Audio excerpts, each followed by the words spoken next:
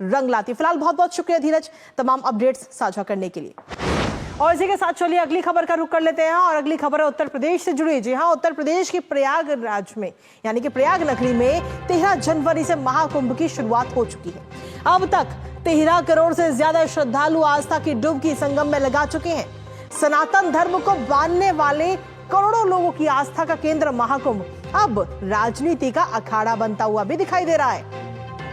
दरअसल ऐसा हम इसलिए कह रहे हैं क्योंकि महाकुंभ में समाजवादी पार्टी के नेताओं की अब एंट्री हो चुकी है। सपा प्रमुख अखिलेश यादव ने बीते कल संगम में डुबकी लगाई और इसके साथ ही राजनीति भी गर्मा गई। अखिलेश यादव के बयानों के बाद अब तमाम प्रतिक्रियाएं भी सामने आ रही हैं। नेताओं का क्या कुछ कहना है वो आपको सुनाएंगे, लेकिन उससे पहले बात करते हैं आज की। दरअसल रोज लाखों श्रद्धालु संगम नगरी में आकर पवित्र डुबकी लगा रहे हैं और इसी कड़ी में नेता भी पीछे नहीं है। खुद प्रधानमंत्री नरेंद्र मोदी भी महाकुंभ में आएंगे और आज गृह मंत्री अमित शाह महाकुंभ पहुंचेंगे और आस्था की डुबकी लगाएंगे और फिर कई संतों से मुलाकात भी करेंगे। चलिए सबसे पहले ग्राफिक्स के जरिए आपको दिखाते हैं गृह मंत्री अमित शाह का आज का क्या कुछ है पूरा कार्यक्रम। तो महाकुंभ में आज अमित शाह और योगी आदित्यनाथ नजर आएंगे, जहां संगम में डुबकी भी लगाएंगे और इसके साथ ही हनुमान मंदिर पहुंचेंगे और वहां पर पूजा अर्चना करते हुए, आराधना करते हुए नजर आएंगे अमित शाह और उत्तर प्रदेश के मुख्यमंत्री योगी आदित्यनाथ। इसके साथ ही अक्षय वट के दर्शन भी अमित शाह आज करेंगे। तो आज का क्या कुछ कार्यक्रम है गृह मंत्री अमित शाह का वो आपको बता रहे हैं। इसके साथ ही कई संतों के साथ दोपहर भोजन करेंगे और महामंथन करते हुए संतों के साथ नजर आएंगे। महाकुंभ में किस तरीके की तैयारियां रही और वहां पहुंच करके उनको कैसी व्यवस्थाएं लगी हैं, इन तमाम चीजों को लेकर जानकारी उनसे लेंगे। तो सीएम योगी आदित्यनाथ भी मौजूद रहेंगे। लेकिन इसी के साथ अगर हम देखें तो अखिलेश यादव ने जब संगम में डुबकी लगाई तो इसको लेकर भारतीय जनता पार्टी के निशाने पर अखिलेश यादव है। क्या कुछ कहना है भारतीय जनता पार्टी का और किस तरीके से कसा जा रहा है तंज अखिलेश यादव पर, आइए आपको सुनाते हैं। कह देना बहुत देखिए आसान बात होती है, जो व्यक्ति इस चीज़ को नहीं जान रहे हैं कि ये ईश्वर करा रहा है। It is not humanly possible कि आप इतने लोगों को 60 लाख की भीड़ 60,000 कंट्रोल करें, क्योंकि मैं समझती हूँ सनातन धर्म की ऐसी फिलॉसफी रही है कि वहाँ पे बुजुर्ग हो, चाहे महिला हो, चाहे जो है बच्चे हों, सब सुरक्षित है।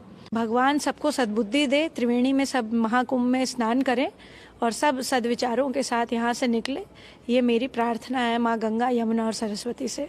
आदरणीय अखिलेश जी ने स्नान किया है, ये एक अच्छा काम है। वो सनातनी हैं और परंपरा को मानते हैं, अच्छी बात है।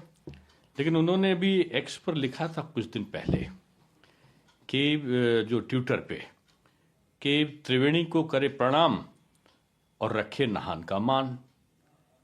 यही प्रार्थना है प्रभु से कि संगम तट पर जाएं और उसके अंदर सौहार्द और करुणा उपजाएं। झूठ ना बोलो, गंगा के तट न करो घोषणा बिन बजट।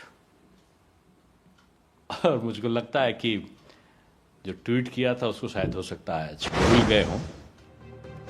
तो किस तरीके से भारतीय जनता पार्टी तंज कस रही है वो हमने आपको बताया, लेकिन इसके साथ ही केशव प्रसाद मौर्य जो कि उत्तर प्रदेश के उप मुख्यमंत्री हैं, उनकी तरफ से क्या कुछ कहा गया है वो भी आपको बता दें। साथ ही ओम प्रकाश राजभर किस तरीके से निशाना साध रहे हैं और राकेश त्रिपाठी क्या कह रहे हैं। केशव प्रसाद मौर्य का कहना है कि अखिलेश यादव देर आए दुरुस्त है, यानी कि संगम में जो नगरी लगाई है वो अच्छी बात है, देर से ही सही पर लगाई तो सही।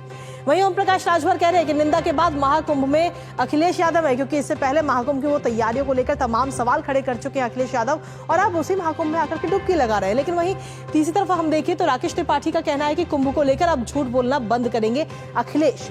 तो महाकुंभ को लेकर अब जो सियासत है वो इस वक्त गर्मा गई है। सीधे तौर पर हम देखें तो राजनीति बहुत ज्यादा हो रही है इस महाकुंभ को लेकर के, तैयारियों को लेकर तमाम बातें कही जा रही हैं। अखिलेश यादव कह रहे हैं कि हमने जब कुंभ किया था तो इतनी सारी तैयारियां थी, लेकिन अब कुछ भी नहीं, तो तमाम सवाल खड़े हो रहे हैं। इसी पर ताजा अपडेट ले लेते हैं। इस वक्त हमारे साथ में हमारे सहयोगी अश्विनी इस वक्त जुड़ रहे हैं, सीधा उन्हीं का रुख करेंगे।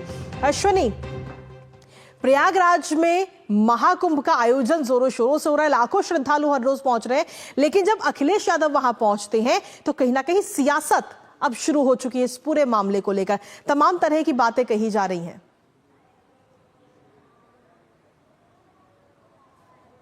निश्चित तौर से। और यहाँ पर लोग केवल पुण्य कमाने के लिए आते हैं, त्रिवेणी में स्नान करने के लिए आते हैं, राजनीति करने की अपेक्षा किसी से नहीं रहती है जी। जिस तरीके से उन्होंने स्नान किया, सही में पुण्य के भागीदार बने। सनातनी है, सबको स्नान करने आना चाहिए। उन्होंने एक अच्छा उदाहरण पेश किया, लेकिन जिस तरीके से उसके बाद राजनीतिक बयान या फिर जो निहितार्थ उन्होंने दिए, जिन जिन संतों से उन्होंने मुलाकात की, वो पूरी तरीके से एक पॉलिटिकल ड्रामा था।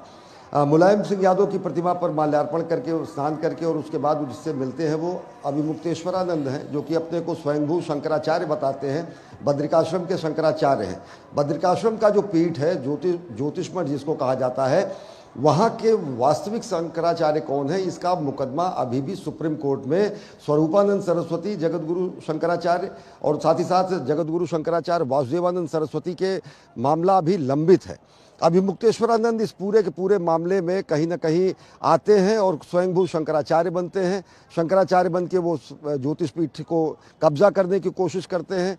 ज्योतिष पीठ का कब्जा कर नहीं पाए, अब जो भी स्थितियां बनी, अपने को स्वयंभू शंकराचार्य बनाकर वो यहाँ पर बड़े लाव लश्कर से राजनीति भी कर रहे हैं। उनके बयान अगर आप देखें तो पूरी तरीके से राजनीतिक होते हैं, उनके बयान पूरी तरीके से विवादित होते हैं। और अब जबकि ज्योतिर्मठ का अंतिम फैसला सुप्रीम कोर्ट द्वारा नहीं आया है, तो ऐसे स्वयंभू स्वघोषित शंकराचार्य के पास जाकर अखिलेश यादव शरणागत होते हैं, पैर में बैठे हुए फोटो खिंचाते हैं, चटाई पे बैठे हुए, दरी पे बैठे हुए दिखाते हैं।